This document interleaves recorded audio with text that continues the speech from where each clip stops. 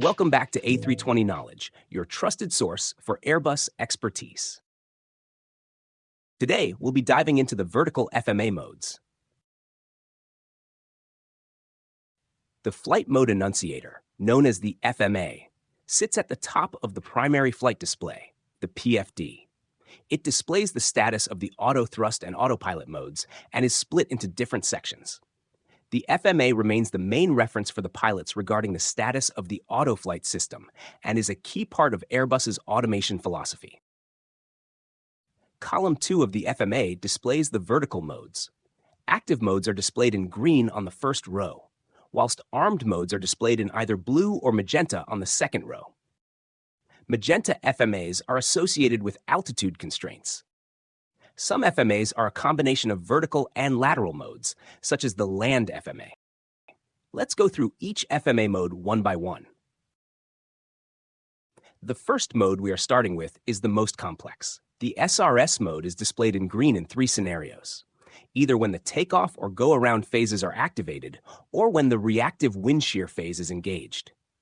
SRS is the speed reference system, and it controls pitch to steer the aircraft along a path in the vertical plan at a speed defined by the SRS guidance law. The aircraft will fly the vertical path appropriate for the phase of flight. SRS is maintained until acceleration altitude is reached, after which the climb phase becomes active. For the takeoff phase to engage, the SRS is only available when at least one flight director is on, the slats are extended, i.e. config 1 or greater, V2 has been entered into the MCDU perf page, the aircraft has been on the ground for at least 30 seconds, and either flex or toga has been selected. At takeoff, the SRS commands a speed of V2 plus 10 knots. Or if there is an engine failure, it will command V2, or the current speed up to V2 plus 15 knots. In the go-around phase, the SRS will command VAP or the current speed up to VAP plus 25 knots. If there is an engine failure, it will command VAP or the current speed up to VAP plus 15 knots. If the reactive wind shear is active and the wind shear escape maneuver is performed, the SRS will allow the speed to decrease to maintain at least a 120 feet per minute climb. The maximum SRS pitch command for a wind shear escape is set to 22.5 degrees. This differs from the takeoff maximum pitch command, which is 18 degrees. Next is the alt indication. This has 3 distinct indications. Initially, when an altitude is armed, this indication is displayed in blue on line 2. The target altitude on the PFD is the FCU selected altitude. When the FCU altitude has been captured, this mode changes to Alt star in green on line 1. Once the altitude has been fully captured, this changes to Alt in green. The aircraft will maintain this altitude exactly and is not normally used for cruise flight. It is sometimes known as a hard altitude. If a new altitude is selected prior to Alt engagement, the FCU will revert to vertical speed mode until a new vertical mate is selected. The next indication is the Alt Cruise FMA. This appears in green when the altitude captured matches the one entered in the cruise altitude section in the progress page of the MCDU. If a subsequently higher altitude is flown to, this automatically becomes the new cruising altitude, and it will update the progress page accordingly.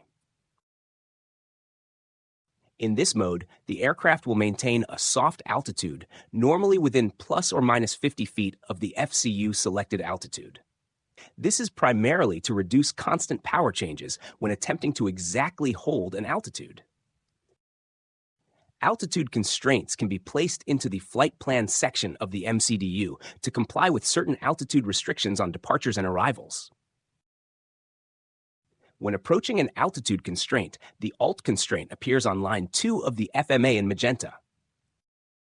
When capturing the altitude constraint, this changes to Alt constraint star in green on line 1. And when fully captured, this changes to Alt constraint. The aircraft must be engaged in either the climb or descent managed modes for the altitude constraint to be captured.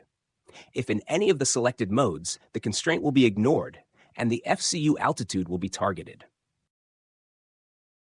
Climb mode is the managed climb mode and is enabled by pushing the altitude knob when selecting a higher altitude.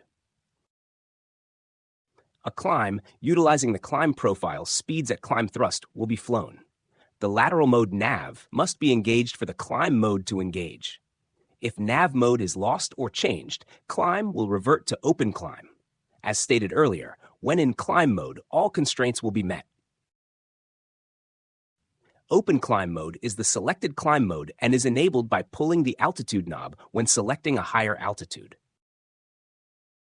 A climb utilizing the climb profile speeds at climb thrust will be flown. The aircraft will climb to the FCU altitude and will ignore all altitude constraints. The aircraft will attempt to maintain the profile speed by varying the aircraft's pitch. Expedite climb mode is engaged by pushing the Expedite push button on the FCU with an altitude bugged on the FCU higher than the current altitude. A climb at green dot will be flown to achieve the maximum climb rate. This is not common practice, but might be required to comply with an ATC request. The mode is disengaged by selecting another vertical mode and not by pressing the Expedite push button again. Descent mode is the managed descent mode and is enabled by pushing the altitude knob when selecting a lower altitude. Like other managed vertical modes, the lateral mode nav must be engaged for the descent mode to engage. If nav mode is lost or changed, descent will revert to open descent. In this mode, all constraints will be met. If descent mode is pushed prior to the top of descent, the aircraft will enter a shallow rate of descent initially until the descent profile is intercepted. This is approximately 1,000 feet per minute. Once the profile is intercepted, aircraft will now attempt to fly the profile using an econ speed range of plus or minus 20 knots around the managed descent speed.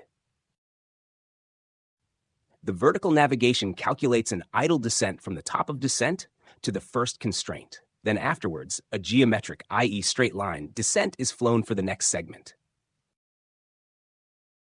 For aircraft fitted with the latch option, the aircraft will prioritize the vertical profile in descent mode over the speed. The speed in this case will be allowed to fluctuate anywhere up to VMO minus 5 knots or MMO minus 0.01 to recapture the profile. However, if the speed gets all the way up to VMO minus 5 knots, the latch mode will disengage and the aircraft will revert back to the standard bracket guidance of managed speed plus or minus 20 knots. Expedite descent mode is engaged by pushing the Expedite push button on the FCU with an altitude bugged on the FCU lower than the current altitude. A descent at 0.8 Mach or 340 knots will be flown to achieve the maximum descent rate. Again, this is not common practice, but might be required to comply with an ATC request or in an emergency situation. The mode is disengaged by selecting another vertical mode and not by pressing the Expedite push button again. A note to consider: the aircraft will not slow down to 250 knots below 10,000 feet. The glide slope FMA has 3 distinct indications. When the approach push button on the FCU is pressed, the glide slope indication is displayed in blue on line 2. This means the aircraft is armed to capture the glide slope that is tuned in the RAD-NAV page of the MCDU. Once the glide slope is being captured, the FMA changes to glide slope star and is displayed in green on line 1.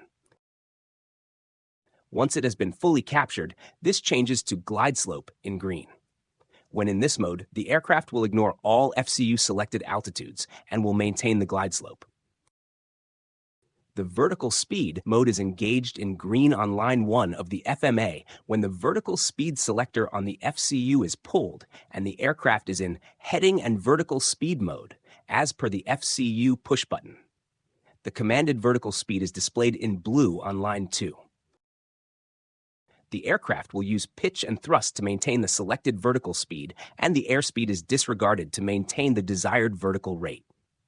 The maximum vertical speed that can be selected is plus or minus 6,000 feet per minute. The similar FPA mode is engaged by pulling the same selector on the FCU, but instead the aircraft must be in Track FPA mode as per the FCU push button. In this case, a selected flight path angle has been commanded. The aircraft will use pitch and thrust to maintain the selected flight path angle, and the airspeed is disregarded to maintain the desired vertical rate. The maximum flight path angle that can be selected is plus or minus 9.9 degrees. Note, the flight path angle is relative to the aircraft and not a fixed point on the ground. Thanks for tuning into this tutorial on the vertical FMA modes.